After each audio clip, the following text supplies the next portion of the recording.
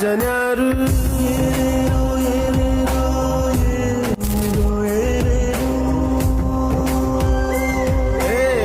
ವಿಧಿಯೇ ವಿಧಿಯೇ ವಿಧಿಯೇ ವಿಧಿಯೇ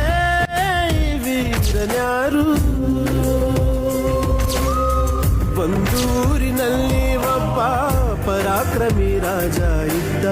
ರತಿಯಂಥ ರಾಣಿಯೊಡನೆ ರಾಜ್ಯಭಾರ ಮಾಡುತ್ತಿದ್ದ ತಾನು ತನ್ನ ಪ್ರಾಣನೇ ಪಣವಾಗಿರಿಸಿ ಕಾಪಾಡೋ ಶಾಂತಿ ದೂತನ